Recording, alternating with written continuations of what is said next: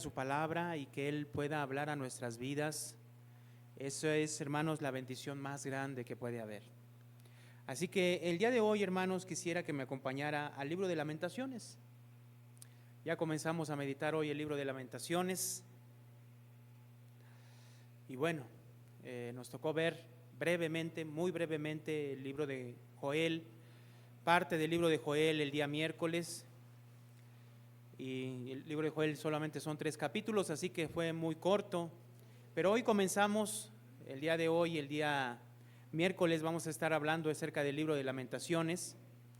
Y bueno, vamos a estar meditando en este libro, así que, como pasó con el libro de Joel, una de mis intenciones, hermanos, al compartir el libro o ver el contenido del libro, es de que cuando usted vaya meditando, sepa en realidad a quién se lo está diciendo y en qué tiempo se están diciendo estas cosas, ¿sí? Y bueno, el día de hoy vamos a ver acerca de el juicio anunciado llegó. El juicio anunciado por fin llegó. Y vamos a leer capítulo 1. Solamente voy a leer del 1 al 4. Lamentaciones, capítulo 1, verso del 1 al 4. Vamos a estar viendo, si Dios permite, todo el capítulo, ¿sí? Pero vamos a leer voy a leer solamente del 1 al 4. Sígalo con su vista, yo lo leo. Lamentaciones, capítulo 1, versos del 1 al 4. Dice: ¿cómo ha quedado sola la ciudad populosa? La grande entre las naciones se ha vuelto como viuda. La señora de provincia ha sido hecha, ¿qué? Tributaria. Amargamente llora en la noche y sus lágrimas están en sus mejillas. Las calzadas de Sión tienen luto, porque no hay quien venga a las fiestas solemnes. Todas sus puertas están asoladas, sus sacerdotes gimen, sus vírgenes están afligidas y ella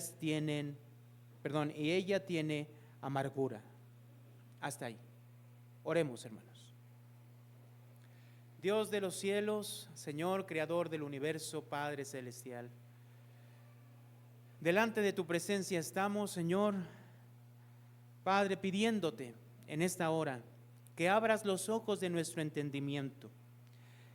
Que, Señor, no sea una palabra más o simple y llana información. Queremos pedirte que verdaderamente hables a nuestros corazones y a nuestras vidas. Conforme a tu gracia, Señor, esta palabra quede impregnada en nuestros corazones el día de hoy. Te lo pedimos en el nombre de Cristo Jesús. Amén y amén. Muy bien. Es un libro muy interesante porque es un libro que no pertenece al grupo de los libros poéticos en sí, sino que pertenece, según nuestra Biblia, a los libros proféticos, ¿sí? Aunque está escrito, hermanos, en forma de poesía y una poesía muy hebrea, ¿sí? De la antigüedad. Es un libro que nos habla y nos tiene que mover a entender primeramente para quién era esta llamada de atención. De hecho, Lamentaciones dice ahí abajo de Jeremías, así dice el libro. Si ustedes ven ahí en el título, dice Lamentaciones de Jeremías. Ahora, Jeremías es el autor. En el libro no menciona ninguna referencia a Jeremías, ni una sola, ¿sí? Pero hay varias cosas que nosotros podemos ver que son similares en el libro de Jeremías y en el libro de Lamentaciones. ¿Con qué propósito voy a hacer esto? Para que nosotros veamos que los temas que vemos en el libro de Jeremías también se abordan en el libro de Lamentaciones. Vamos a ver la primera parte, vamos a ver el capítulo 1, verso 16. Capítulo 1, verso 16. Dice, por esta causa lloro, mis ojos fluyen agua, porque se alejó de mí el Consolador, que dé reposo a mi alma. Mis hijos son destruidos, porque el enemigo, ¿qué? Prevaleció. Ahora vamos a Jeremías capítulo 9, verso 1.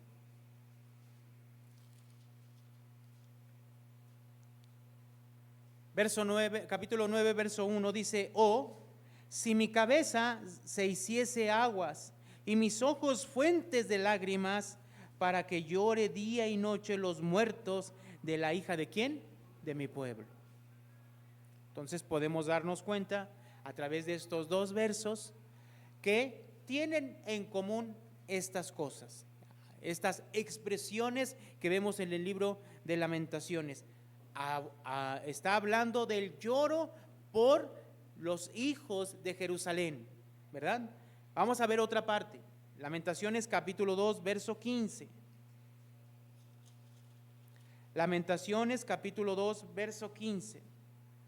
Dice, todos los que pasaban por el camino batieron las manos sobre ti, silabaron y movieron despectivamente sus cabezas sobre la hija de Jerusalén, diciendo, ¿es esta la ciudad que decía de perfecta hermosura? Que decían de perfecta hermosura, el gozo de toda la tierra.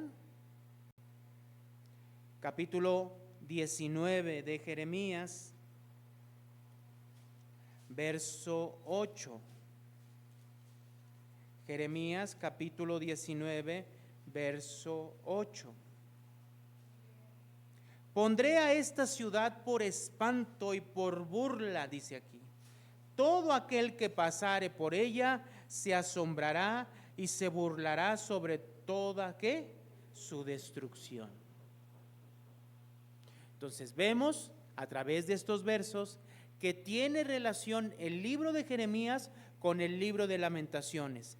Mismas expresiones, ¿sí? Está hablando de la misma situación. Vamos a ver una más y terminamos. Lamentaciones 4:10.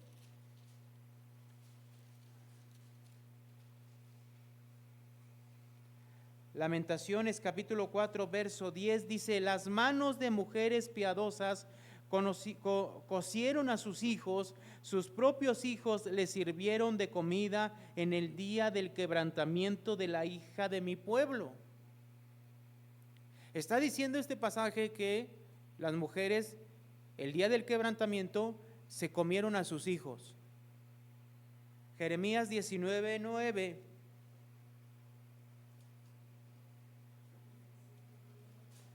Dice el 19:9, y les haré comer la carne de sus hijos y la carne de sus hijas, y cada uno comerá la carne de su amigo en el asedio y en el apuro con que los estrecharán sus enemigos y los que buscan, ¿qué? Sus vidas. Entonces vemos que está hablando de la misma manera. Vemos que por un lado en Jeremías promete qué va a hacer, y en Lamentaciones ya lo ve cumplido. Ya lo ve cumplido. ¿De qué habla el libro de Lamentaciones? Bueno, sencillo. Habla de cómo es que llegó la destrucción de Jerusalén junto con el templo. ¿Y qué sucede? Jeremías se lamenta. Y lamenta por el pueblo y por la situación que estaba. ¿De qué nos habla Jeremías? Pues nos habla exactamente del previo a esta situación. Babilonia fue prometido en el capítulo 20 de Jeremías. Capítulo 20 de Jeremías dice, porque así ha dicho Jehová, he aquí haré que sea un terror a ti mismo y a todos los que bien te quieren, y caerán por la espada de sus enemigos, y tus ojos lo verán. Y a toda Judá, ¿qué hermanos? Leemos juntos, dice, entregaré en manos del rey de Babilonia, y los llevaré cautivos a Babilonia, y los matará a espada. Dios prometió traer a Babilonia. Babilonia, hermanos, vino en 3 ocasiones. Babilonia vino en 3 ocasiones a asediar Jerusalén. Esto nunca había ocurrido. ¿Por qué? Porque la destrucción del reino del norte llamado Israel por los asirios solo vino una sola vez. Eso nos debe de llamar la atención. ¿Por qué Dios actúa con Israel de una manera y con Judá de otra manera? A Israel permite que los asirios lleguen y lo destruyan por completo en una sola ocasión. Pero a Judá lo trata diferente, lo ve de diferente manera. Dios permite que venga Babilonia en la primera ocasión. Estaba reinando el rey Joacim y ese rey es conquistado por los babilonios y lo hacen tributario. Este rey Joacim empezó a pagar sus impuestos, empezó a dar obviamente personas para llevárselas a Babilonia y se le ocurrió aliarse con Egipto para sacudirse el asedio de Babilonia. ¿Sabe qué ocurrió? Babilonia vino por segunda vez, 597. ¿Y qué ocurrió? Babilonia volvió a tomar la ciudad, mató a Joacim y puso a un rey a su modo, llamado Sedequías. Ya estando este rey, daba su tributo, pertenecía obviamente ya a Jerusalén, a Babilonia. ¿Y sabe qué hizo este rey? Se alió con Egipto para sacudirse el asedio de Babilonia. ¿Qué ocurrió? Babilonia vino por tercera vez. Pero como dicen por ahí, el dicho, la tercera es la vencida, y en esta tercera ocasión Babilonia destruye Jerusalén y el templo. ¿Qué nos narra Jeremías? Exactamente ese proceso. Cómo vino Babilonia la primera, la segunda y la tercera vez, dándole Dios oportunidad al pueblo de que se arrepintiera. Pero el pueblo no se arrepintió. ¿Cuál es el tema del libro entonces? El tema principal del libro de Lamentaciones es el lamento y el dolor por la destrucción de Jerusalén y del templo. ¿Quién lo escribe? Jeremías. ¿Por qué Jeremías? Bueno, Jeremías estaba y presenció toda la escena. Presenció y estuvo cuando Babilonia vino por primera vez. Presenció y estuvo en Jerusalén cuando Babilonia vino por segunda vez. Y presenció y estuvo en Jerusalén cuando Babilonia vino por tercera vez y lo destruyó todo. De hecho, en Jeremías capítulo 38, verso 6, Jeremías capítulo 38, verso 6, entonces tomaron ellos a Jeremías, dice el verso 6 del capítulo 38, y lo hicieron echar en la cisterna de Malquías, hijo de Emelec, que estaba en el patio de la cárcel, y metieron a Jeremías con sogas, y en la cisterna no había agua, sino cieno, o sea, fango podrido, ¿no? Y se hundió Jeremías, ¿dónde? En el cieno. Antes de que ocurriera la destrucción de Jerusalén, la destrucción del templo, poquitito antes de que pasara ese evento, Jeremías es puesto y metido en una cisterna, obviamente, ¿por qué razón? Por predicar y hablar del juicio que Dios iba a traer sobre Jerusalén. Vemos otro pasaje, capítulo 39, verso 11 y 12. Dice: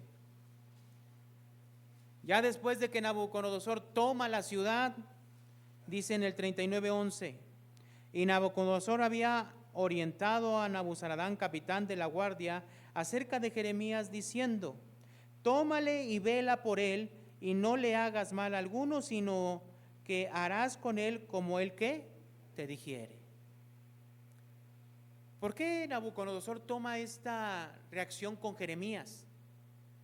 Porque Nabucodonosor sabía que Jeremías lo que le estaba diciendo al pueblo desde que lo atacó por primera vez es: ríndanse. Ríndanse. Es más, hay un capítulo entero dedicado a los higos buenos y los higos malos. Y según Jeremías, Dios ahí le dice a Jerusalén: los higos malos son los que se queden, y los higos buenos que voy a prosperar son los que se vayan a Babilonia. Eso corrió el rumor, obviamente dentro de Jerusalén, y lo llamaron traidor a Jeremías. Pero los babilonios, y en este caso Nabucodonosor, ¿qué dice? Este es de nosotros, estuvo intercediendo para que se rindieran. Entonces, cuando pasa esa destrucción total, Nabucodonosor le hace bien a Jeremías y le dice: no le hagas mal, haz lo que él te pida. De hecho, si vamos en el capítulo 27,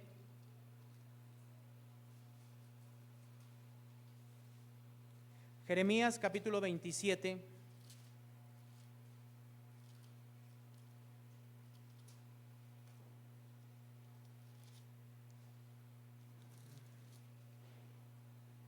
verso 12 y 13 dice: hablé también a Sedequías, rey de Judá, conforme a todas estas palabras, diciendo: someted vuestros cuellos al yugo del rey de Babilonia, y servidle a él y a su pueblo, ¿y qué? Y vivid. Vean lo que Jeremías le estaba diciendo al pueblo, al rey Sedequías: mira, viene la destrucción, ríndete y vas a vivir. Haz que la ciudad se rinda y todos van a vivir. ¿Sabe qué ocurrió? No quisieron. ¿Sabe qué ocurrió dentro de la ciudad? Fue sitiada durante 2 años aproximadamente, un poco más de 2 años. El sitio consta de que alrededor de la ciudad, alrededor de los muros, todos los enemigos, se puede decir así, todos los babilonios se ponen alrededor, todos, y cubren toda la ciudad, y solamente esperan. Solamente cortan el agua, cortan todo suministro, nadie sale, nadie entra. Y entonces, mientras ellos están en sus carpas, comiendo, celebrando, adentro de la ciudad empieza a escasear el agua, el alimento, y entonces se empiezan a pelear unos a otros hasta matarse por la comida, por el agua. Y cuando ya no hay comida,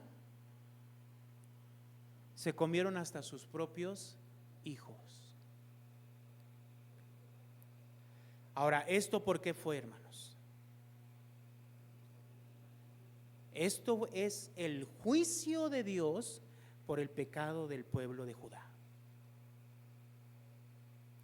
Pero en medio del juicio de Dios estuvieron profetas como Jeremías hablándoles acerca del arrepentimiento. El miércoles vimos el libro de Joel. El libro de Joel ve 2 juicios.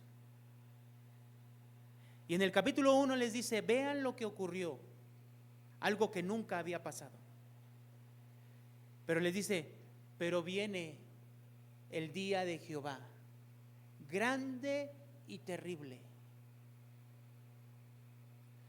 En el juicio pasado les dice: vino una nación como si fueran langostas y destruyó todo. Y en el capítulo 2 de Joel les dice: el día de Jehová viene una nación grande, un pueblo grande viene. ¿Qué está viendo Joel? ¿El juicio pasado y el juicio futuro. ¿Sabe dónde centramos el libro de Joel? Exactamente a la mitad de estos tres juicios. Si usted ve, por ejemplo, Sofonías, el profeta Sofonías, también profetiza en el mismo tiempo y habla de las mismas cosas. Entonces Jeremías está mirando, está viendo toda la situación que está pasando y toda la destrucción.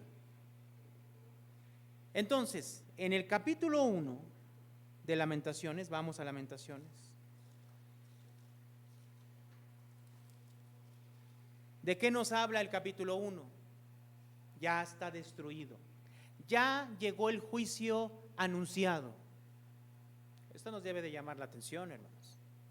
¿Por qué? Porque Dios siempre que dice algo, lo lleva a cabo. ¿Sí o no, hermanos? ¿Todos estamos de acuerdo en eso? Si nosotros vamos a las Escrituras, no hay ninguna promesa de Dios o advertencia de Dios que no se haya cumplido.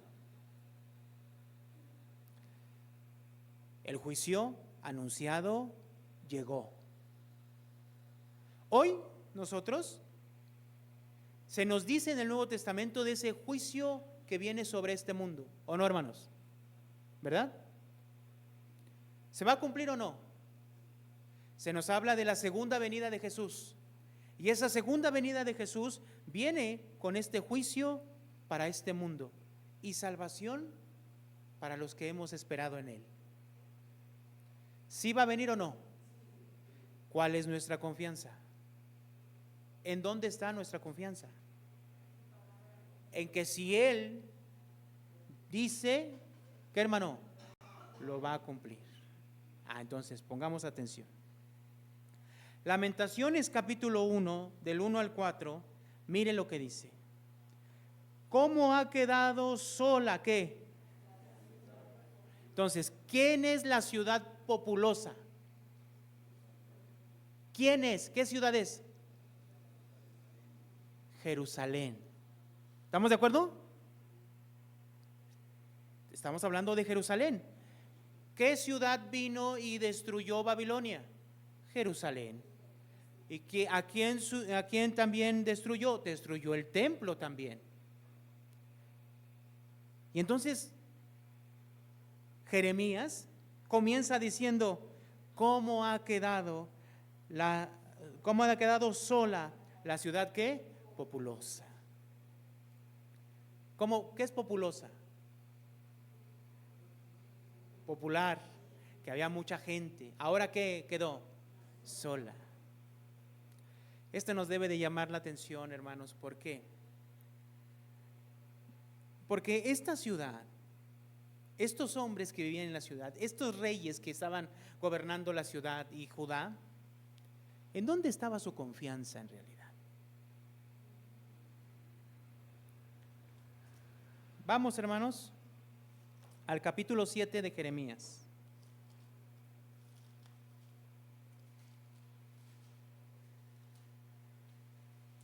Jeremías capítulo 7.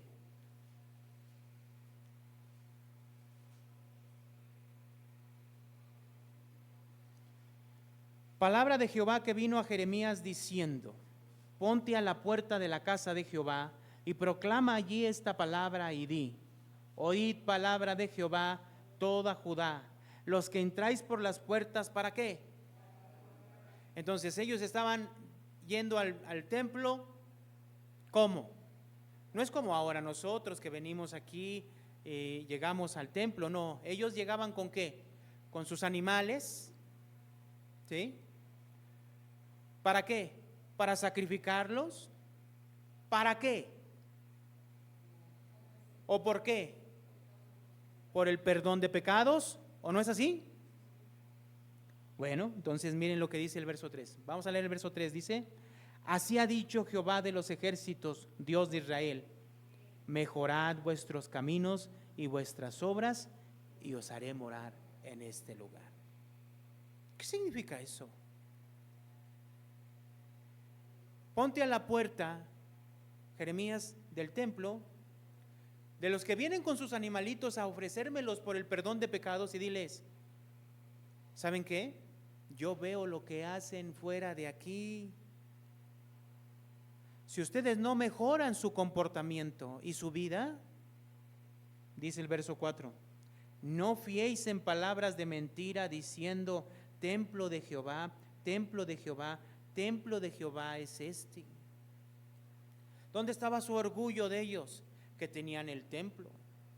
No importando cómo eran, al final ellos iban y hacían lo que tenían que hacer. Fíjense nada más lo que les estoy diciendo. Ellos hacían lo que tenían que hacer. Dice el verso 5, pero si mejorares cumplidamente vuestros caminos y vuestras obras, si con verdad hicieses justicia entre el hombre y su prójimo, y no oprimieres al extranjero, al huérfano, a la viuda, ni en este lugar derramares la sangre inocente, ni anduvieres en pos de dioses ajenos para mal vuestro, os haré morar en este lugar, en la tierra que di a vuestros padres para siempre. Verso 8, he aquí vosotros confiáis en palabra de mentira que no aprovecha. ¿Cómo? Leemos el 9, hermanos. Hurtando, matando, adulterando, jurando en falso, incensando a Baal y andando tras dioses extraños que no, ¿qué? Conocéis. ¿Cómo vivían?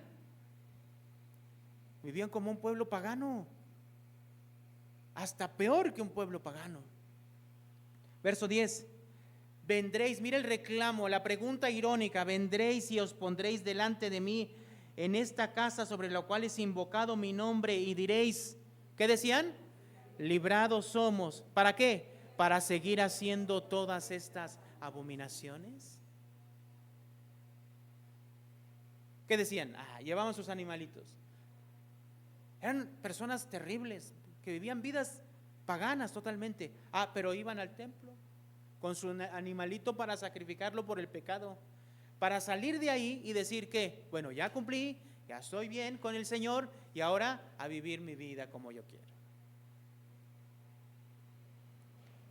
Pero miren el verso 11, dice: es cueva de ladrones delante de vuestros ojos esta casa sobre la cual es invocado mi nombre. He aquí que también, ¿qué?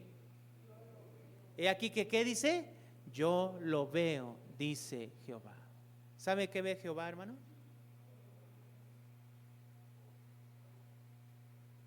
Vamos al capítulo 17, acompáñenme al capítulo 17.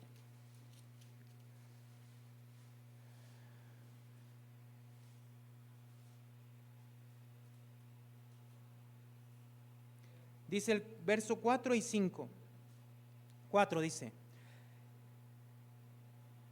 verso 5, perdón. Así ha dicho Jehová: maldito el varón que confía en el hombre y pone carne por su brazo, y su corazón se aparta de Jehová. Será como retama en el desierto, y no verá cuando venga el bien, sino que morará en los sequedales, en el desierto, en tierra despoblada y deshabitada.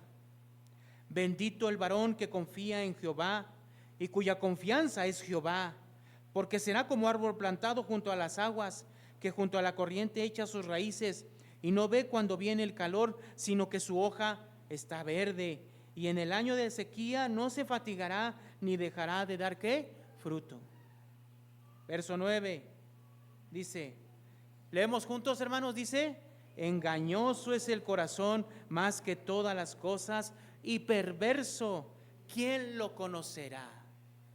Verso 10, leemos: yo, Jehová, que escudriño la mente, que pruebo el corazón, para dar a cada uno según su camino, según el fruto de sus obras. ¿En quién confiaban este pueblo, estos reyes, estos profetas, estos sacerdotes? ¿En quién confiaban? En ellos mismos. ¿Dónde estaba su fuerza? En ellos, en su pensamiento, en su intelecto. Tenían al templo, el templo era su identidad, lo amaban. Y decían: tenemos el templo. Iban al templo y sacrificaban. También en sus casas tenían sus dioses, pero no importaba, iban al templo y sacrificaban. Salían de ahí y decían: librados somos, ya somos perdonados, todo está perfecto. Y llegaban a sus casas con sus otros dioses, con su forma de vivir pagana, y así hacían todas sus vidas. Esa era la realidad del pueblo. Dice el capítulo 2 de Jeremías,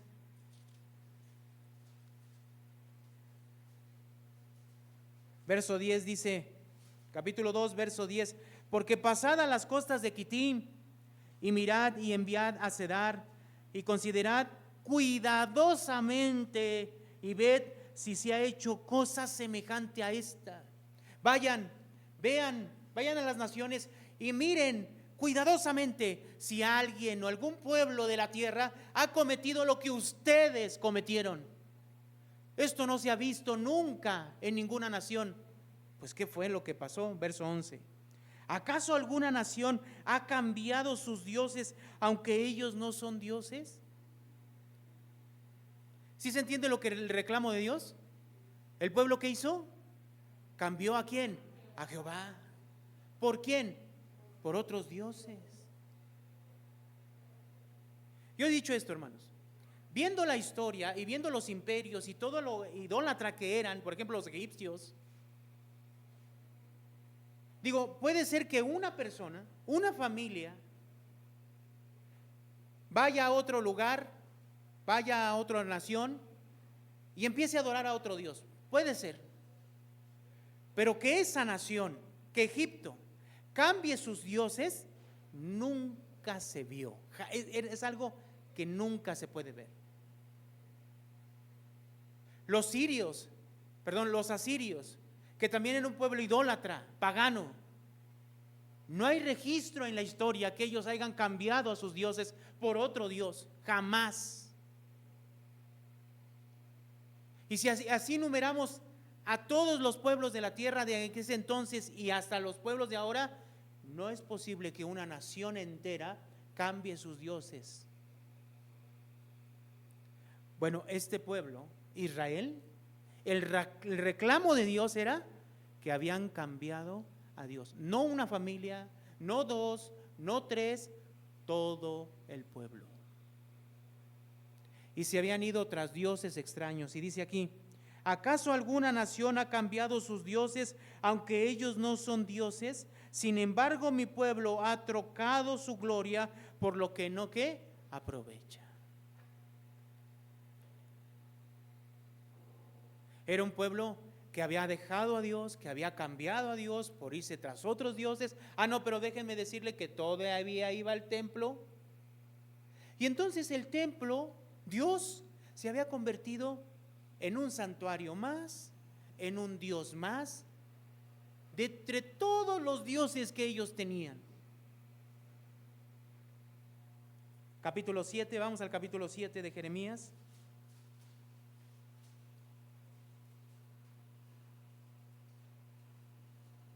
Dice el verso 16, dice, tú pues no ores por este pueblo, ni levantes por ellos clamor ni oración, ni me ruegues, porque no te oiré. ¿Por qué está Dios enojado, tan enojado con el pueblo? Dice el verso 17. ¿No ves lo que estos hacen en la ciudad de Judá y en las calles de Jerusalén? Ponga atención, los hijos recogen la leña, los padres encienden el fuego y las mujeres amasan la masa para hacer tortas. ¿A quién? A la reina del cielo. Y para hacer ofrendas, ¿a quiénes? A dioses ajenos. ¿Para qué? Pues no, el capítulo 7, en el verso 1 y 2, lo envía a Jeremías al templo. Iban al templo, llegaban a su casa y le decían a los niños, ándale, vete por la leña. ¿Para qué, mamá? ¿Cómo que para qué? Vamos a ofrecer o vamos a adorar a la diosa que tenemos aquí, llamada Astarte. Y toda la familia estaba involucrada.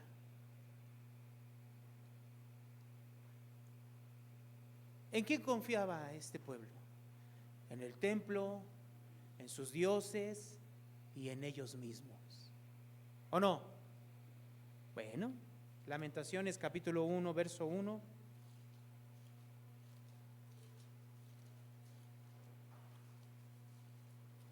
Dice, ¿cómo ha quedado sola, la ciudad ¿qué? Populosa. La grande entre las naciones se ha vuelto como viuda. La señora de provincia ¿qué? Ha sido tributaria. Hay otra traducción que dice ha sido llevada cautiva.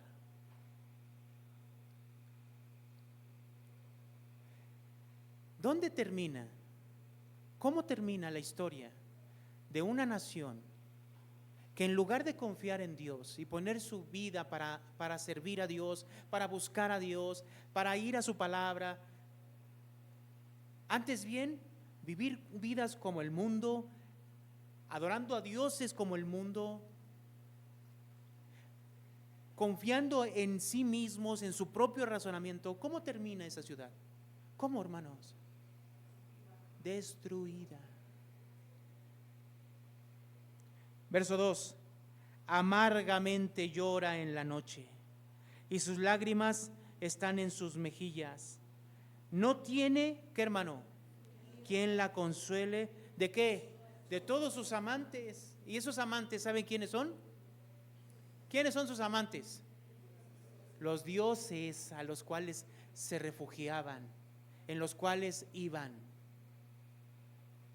Ahora miren, no hay que ignorar a qué dioses nos referimos, porque por lo regular la gran mayoría de los dioses a los que el pueblo adoraba eran dioses de la fertilidad, llamados Baales y Astarot o Astarte, como quiera. Esos dioses que eran de la fertilidad significaba que eran de la prosperidad. En otras palabras, ¿sabe por qué los adoraban? ¿Cuál era el motivo por el cual ellos lo adoraban a esos dioses? Para ser prosperados. ¿En qué? En sus casas, con sus hijos, con sus cosechas, con sus ganados, con sus tierras, etcétera. ¿Qué buscaba este pueblo? Su propio ¿qué? Beneficio, su prosperidad, sin confiar en Jehová. ¿Dónde quedó esta ciudad que confiaba en sí misma, que confiaba en sus amantes? ¿Dónde están? Miren lo que dice aquí. No tiene quien las consuele de todos sus amantes. O sea, el juicio de Dios vino y ninguno de esos falsos dioses te pudo ayudar, salvar. ¿Sí se entiende la ironía?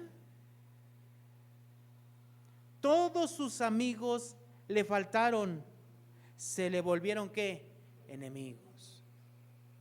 Todos a los que se arrimó, al final, todos ellos participaron también con Babilonia para destruir la ciudad. ¿Dónde queda el orgullo de esta ciudad? ¿Dónde, hermanos?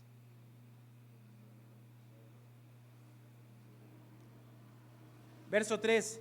Judá ha ido en cautiverio a causa de la aflicción y de la ¿qué? Y de la dura servidumbre. Ella habitó entre las naciones y no halló descanso. Todos sus perseguidores la alcanzaron entre las estrechuras.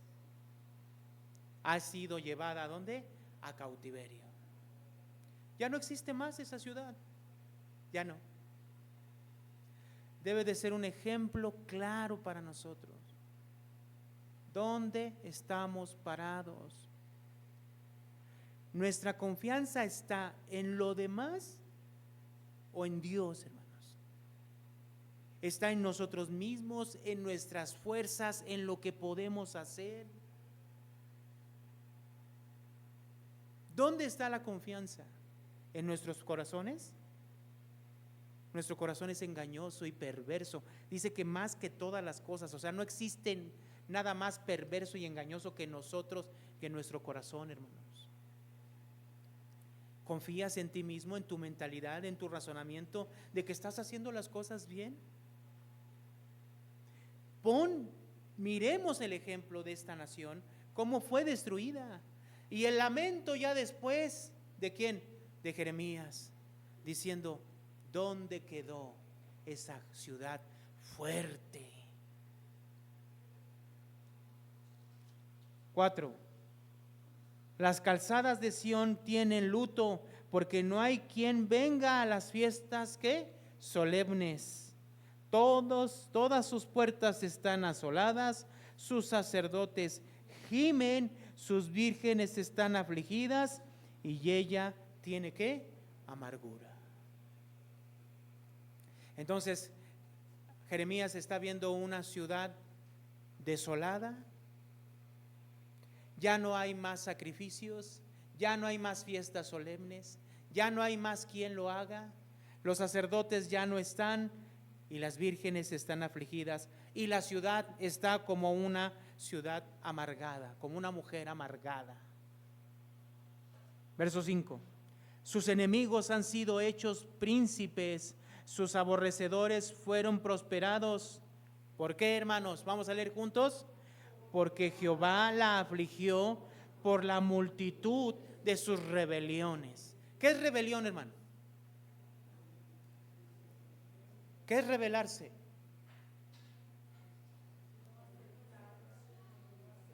Es ir en contra de la autoridad. No es eso la rebeldía. Ir en contra de la autoridad, ir en contra de las leyes. Era un pueblo que no conocía la ley de Dios, que si conocía la ley de Dios la conocía torcida totalmente, que no buscaban la ley de Dios, que a qué les llevó esa ignorancia, ese saber a medias. Yo me acuerdo mucho de una vez que fui con una hermana que ya llevaba muchísimo tiempo de no venir a la iglesia. Y sus palabras de verdad me estremecieron cuando platico con ella y le digo, ¿cómo está? Y me dice, estoy muy bien, hasta su muy fue, pero y le digo, sí, hermana, qué bueno, me da mucho gusto. ¿Y por qué no ha ido a la iglesia? Hijo, es que la verdad he tenido muchas cosas que hacer, pero ¿sabe qué? Yo leo.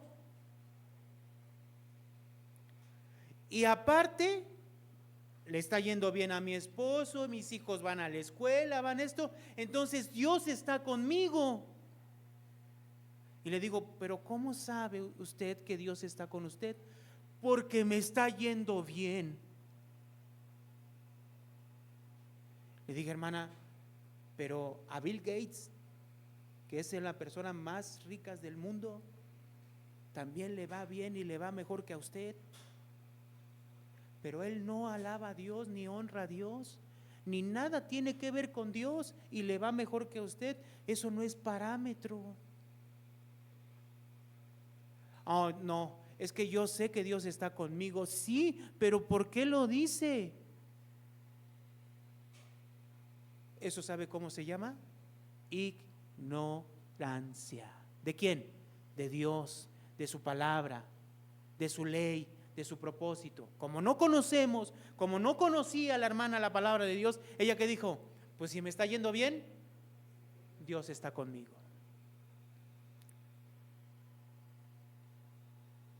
Qué terrible. Hasta que llegó el momento. Jerusalén nunca, hermanos, nunca se imaginó, como no se había visto eso, de que llegara un pueblo en 3 ocasiones y al último destruyera.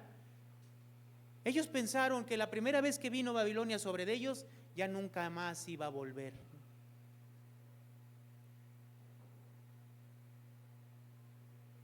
Oh, sorpresa. ¿Sabe qué Dios dijo? Viene el día de Jehová, grande y terrible. Arrepiéntete. Les dice en el libro de Joel, vayan al templo, congréguense, clamen, rasguen no sus vestidos, sino su corazón. Porque lo que viene es terrible. Obviamente no atendieron a la voz de Dios. ¿Por qué vino esto sobre el pueblo? Capítulo 1, verso 5. Porque Jehová afligió por la multitud de sus rebeliones. Sus hijos fueron en cautividad delante de ¿quién? Del enemigo.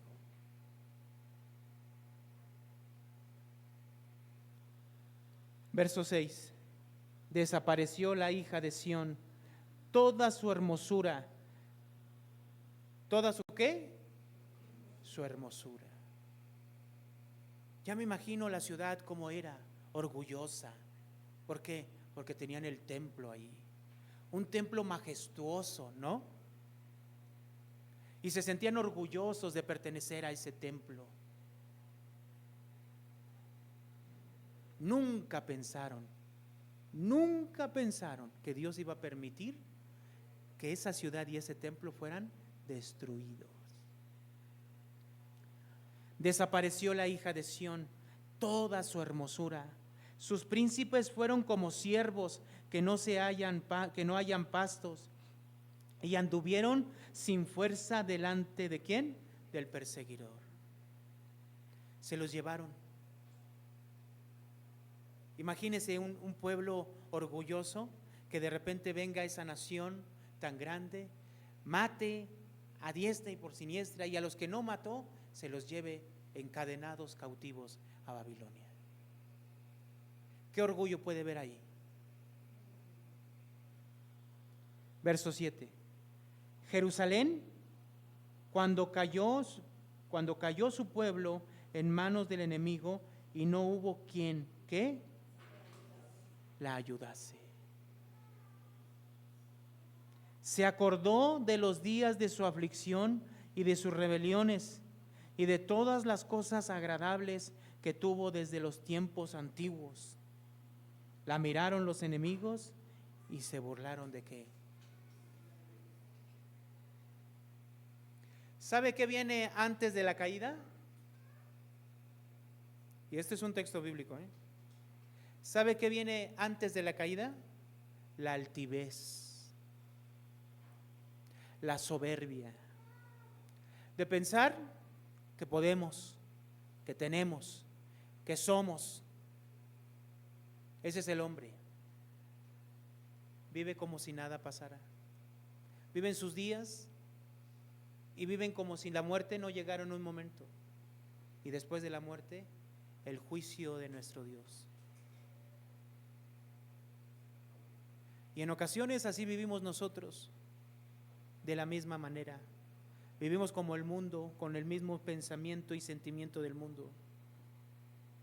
Pensamos que somos fuertes en esencia, hasta que pasa algo y nos aclara y nos muestra cuán frágiles somos. ¿O no es así, hermanos? Pero nunca falla. ¿Sabe qué viene después de la caída? Antes de la caída, la soberbia, la altivez. Y eso fue lo que pasó con el pueblo.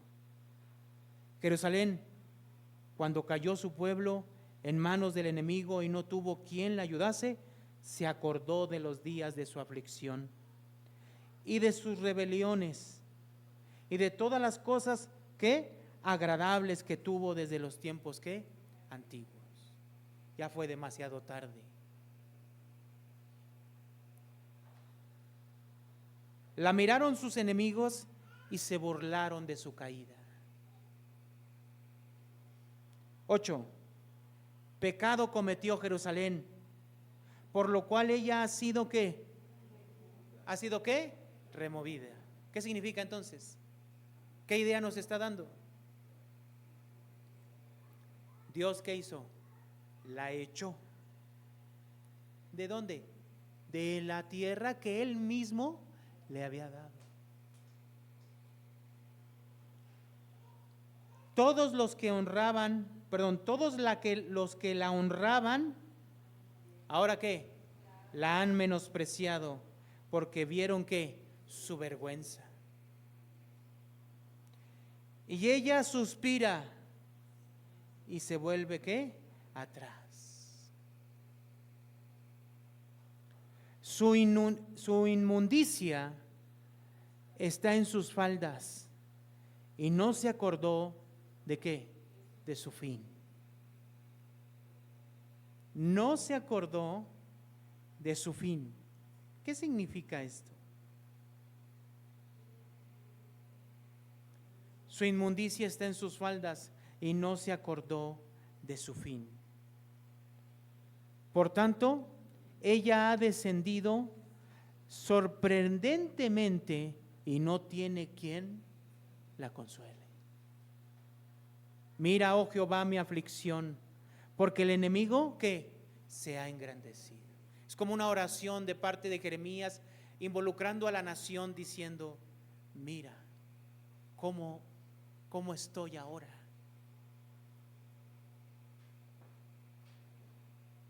¿A dónde lleva, hermanos, la confianza en el hombre, en las cosas del mundo?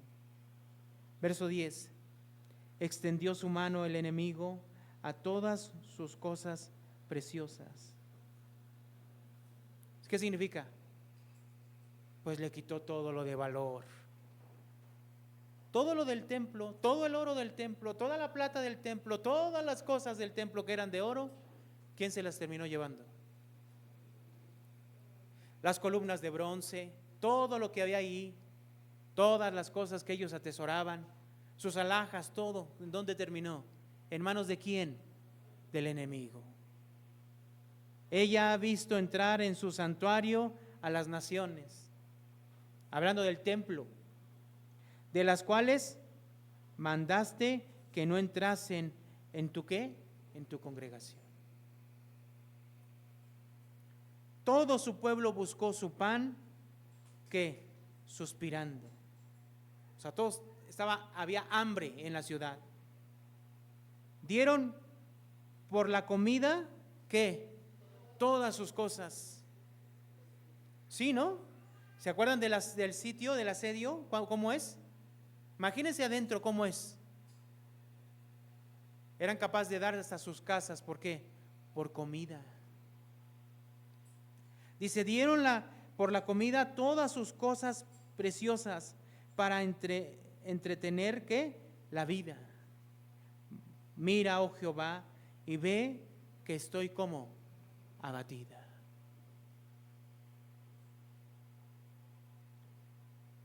Verso 12. ¿Nos conmueve a cuantos pasáis por el camino? Mirad y ved si hay dolor como mi dolor, porque me ha venido. Porque Jehová, leemos juntos, hermano, me ha angustiado en el día de su ardiente furor. Dios que cumple, hermano, su palabra, ¿no? ¿Sí o no? Y en ocasiones es palabra de bienaventuranza para aquellos que buscan su palabra, su ley. Pero en otras ocasiones cumple su palabra de juicio. ¿Para quiénes? Para aquellos que no buscan su palabra, duros de corazón. Y Dios también la cumple. Verso 13. Desde lo alto envió fuego que consume mis huesos. He extendido red a mis pies, me volvió atrás. Me dejó desolada y con dolor, ¿qué? Todo el día. Por eso se llama Lamentaciones de Jeremías. ¿Qué está haciendo Jeremías? Se está lamentando. ¿Qué decimos ya después de que pasa una catástrofe, hermanos? Ya ni lamentarse es bueno, ¿no decimos así? Esto es un ejemplo, hermanos, para nosotros.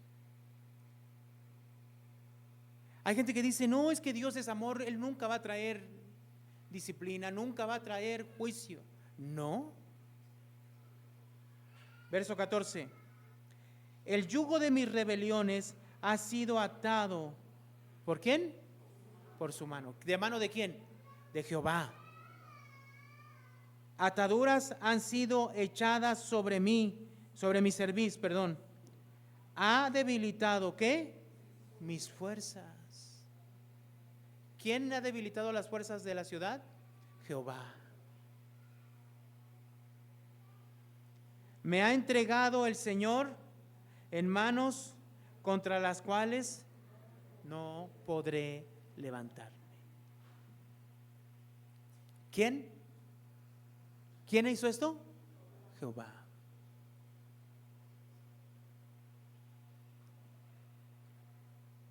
El Señor ha hollado a todos mis hombres fuertes en medio de mí.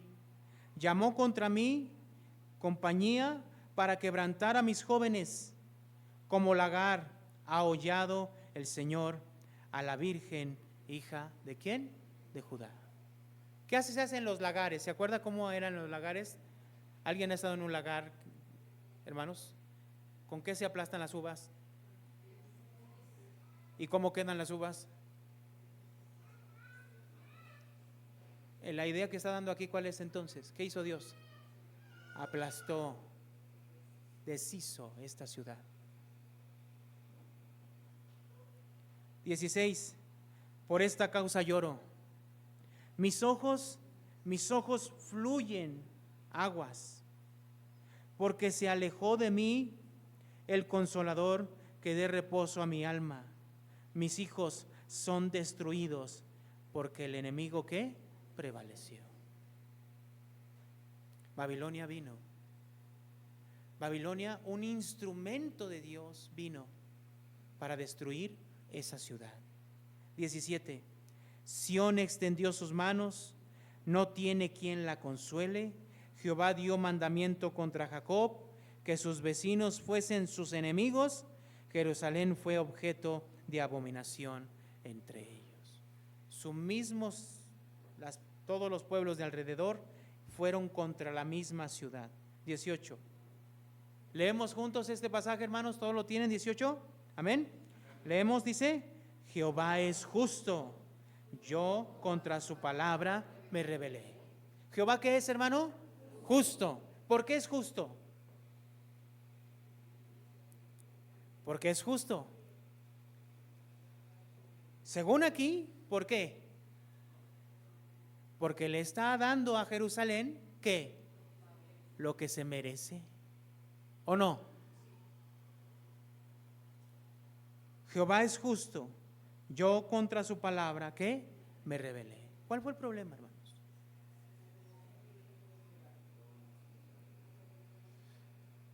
No hay indicio alguno que nos diga que la palabra de Dios se estaba predicando en Jerusalén. De hecho, Jeremías presenció, todavía no estaba él en funciones, se puede decir así, pero él presenció el momento en que el rey Josías manda a arreglar cosas en el templo, y entonces manda a que estén arreglando algunas cosas en el templo, y las personas que estaban arreglando en el templo se encuentran un rollo. Yo me imagino que dijeron: ¿esto qué es? ¿Por qué está aquí arrumbado, no? Entonces el sacerdote lo lee y se espanta, hermanos. Y el sacerdote lo lleva con el rey y le dice: nos hemos encontrado un rollo. Y se lo lee al rey, y el rey se tira, rasga sus vestidos y ora a Jehová. ¿Por qué? Porque ese libro era el libro de la ley. Entonces quiero que me explique usted, si la ley estaba arrumbada en el templo, ¿qué se predicaba? ¿De qué se hablaba? ¿Qué se seguía? ¿Qué era lo que los sacerdotes ministraban? ¿Qué enseñaban? ¿Qué, hermano? ¿Sabe qué enseñaban? Puras costumbres, ideas que sus antepasados se habían traído de generación en generación. ¿Y la ley dónde estaba? Olvidada. Consecuencia, esto que estamos viendo.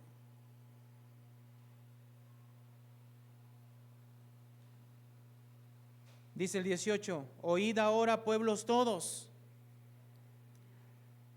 y ved mi dolor. Ahora miren lo que está diciendo Jeremías aquí. Ya después que dice: Jehová es justo, yo contra su palabra me rebelé. ¿Qué dice en la siguiente estrofa? Dice: oíd ahora, pueblos todos, ¿y qué? Y ved mi dolor. Ahora, ¿qué les dice? Vean. ¿Vean qué? Vean cómo terminé. Vean cómo terminé.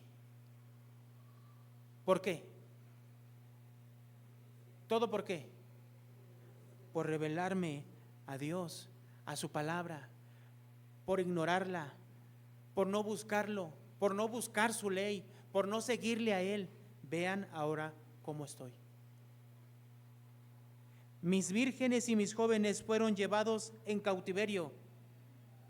19. Di voces a mis amantes, mas ellos me han engañado.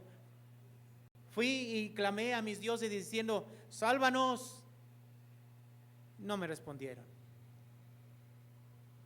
Mis sacerdotes y mis ancianos en la ciudad perecieron. Los sacerdotes que tenían la encomienda ¿de qué? Eran los que tenían la ley, eran los que tenían que enseñar la ley. Perecieron en la ciudad, buscando comida para sí, con qué entretener ¿qué? Sus vidas. Muertos de hambre estaban. Mira, oh Jehová, estoy atribulada y mis entrañas hierven. Mi corazón se trastorna dentro de mí porque me rebelé. ¿Qué? En gran manera. ¿Cuál es la palabra que utiliza aquí constantemente? Me rebelé. Rebelión.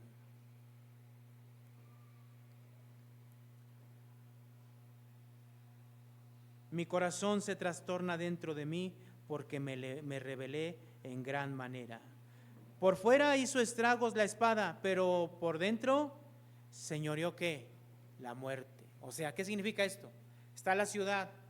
Por fuera los que salían, ¿qué pasaba? Los mataban a espada. Y por dentro se moría la gente sola. Sola. No había comida, no había nada.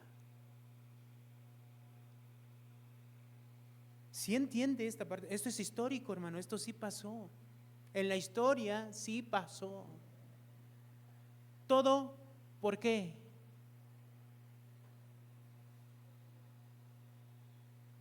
Verso 21, oyeron que gemía, mas no hay consolador para mí. Todos mis enemigos han oído mi mal, se alegraron de lo que tú hiciste. ¿Harás venir el día que has anunciado y será como yo? O sea, ¿qué está diciendo aquí? ¿Les vas a dar lo mismo que me diste a mí, a esos pueblos que se burlan de mí? Y es que Jehová, en cada uno de sus profetas, a cada uno de ellos, ¿sabe qué le anunció? El juicio sobre el pueblo pecador, pero al mismo tiempo el juicio sobre las naciones que estaban a sus alrededores y que él mismo utilizó para juzgarlos. Verso 22, venga delante de ti toda su maldad y haz como ellos, como hiciste conmigo por todas mis rebeliones, porque muchos son mis suspiros y mi corazón está adolorido.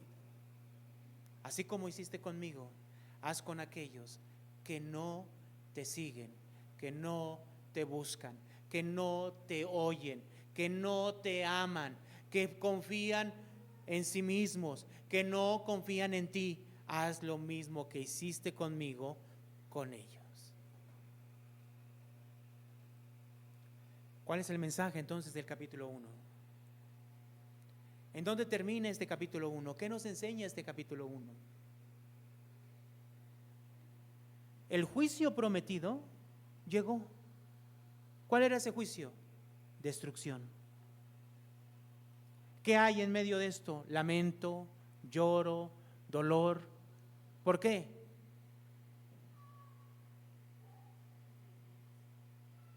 Por la rebelión de ese pueblo ante Dios, ante su palabra. Un pueblo que en teoría debía de buscar a Dios, nunca lo buscó. Un pueblo que en teoría debía de conocer la ley, no la conocía. Un pueblo que en teoría debía de honrar a Dios lo mejor posible en su comportamiento, yendo al templo y ofreciendo sus sacrificios, lo había tomado como costumbre. No valía nada. entraban y salían del templo y eran las mismas personas. Hasta que llegó el fin.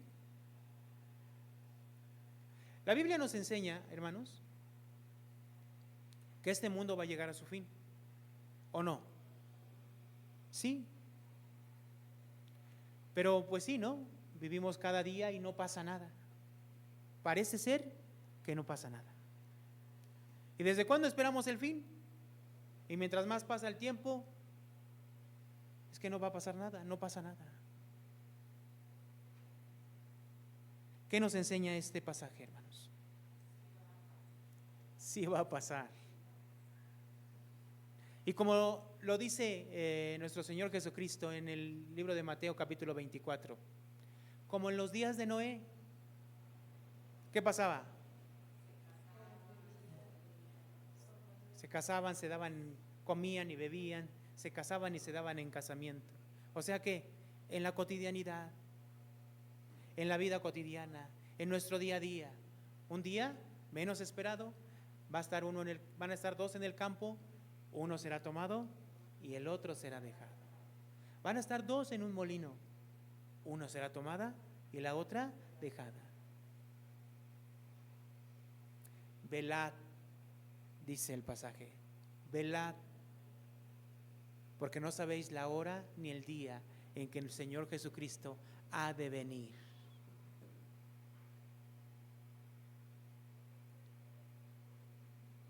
Viene. Y esto que nos vemos aquí nos lo recuerda otra vez. Pasa, hermanos. Por eso, lo que nos recuerda esto, hermanos, es vernos a través de su palabra, vernos a través de estos mensajes. Si no supiéramos en qué tiempo se escribió, ni qué es lo que está pasando, estas cosas perderían sentido. Pero ahora ya sabes lo que pasó. Y vas a estar meditando los demás versos y los demás capítulos. Y verás cuán terrible fue este juicio. Y fue para Jerusalén. ¿Sabes cuál es la? Termino con esto, hermanos. Si vamos al capítulo 7 de Jeremías, capítulo 7 de Jeremías, verso 25 y 26.